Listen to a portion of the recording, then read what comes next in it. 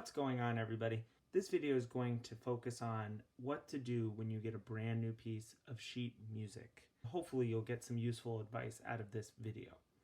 So the very first thing you're going to do is you're going to look at the piece and do a quick scan, and you're going to look for anything that stands out to you.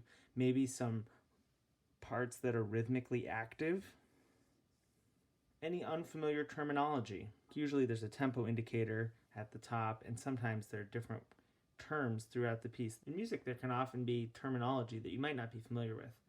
Maybe it's in another language, traditionally Italian, but really it could be in any language. Think of the musical terms as directions to you, the player, as you interpret what the composer has written. And one of the most important things to do at the very beginning is to figure out the form of the piece, or the roadmap. Are there any repeats? Is there a DC al fine? DS al coda? Who is Al anyways? Make sure you know the order in which the notes occur. That's actually pretty important.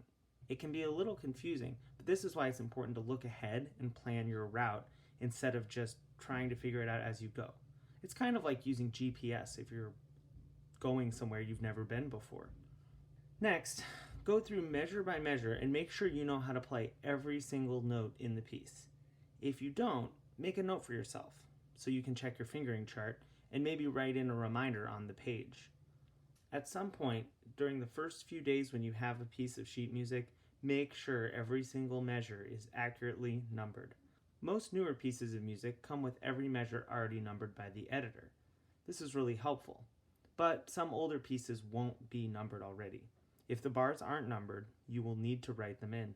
Take your time though. If you miss one measure, everything after it's going to be off by one, so you have to be slow and steady.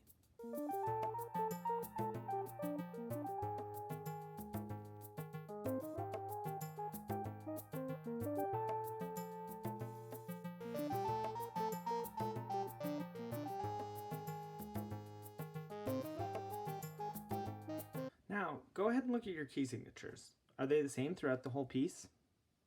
Do they change at all? Does the key signature look familiar? Is it a key or a scale you've already practiced a lot? If not, you'll want to get to know your new key. What about the time signature? Any surprises?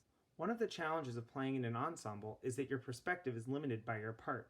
You're only seeing one fraction of the whole. The score is the whole picture. It can be helpful to consult it once in a while to understand how your part fits in. You can always ask your director to look at the score before or after rehearsals, and many scores can be found online, either as a PDF or on YouTube to view as you listen to a recording.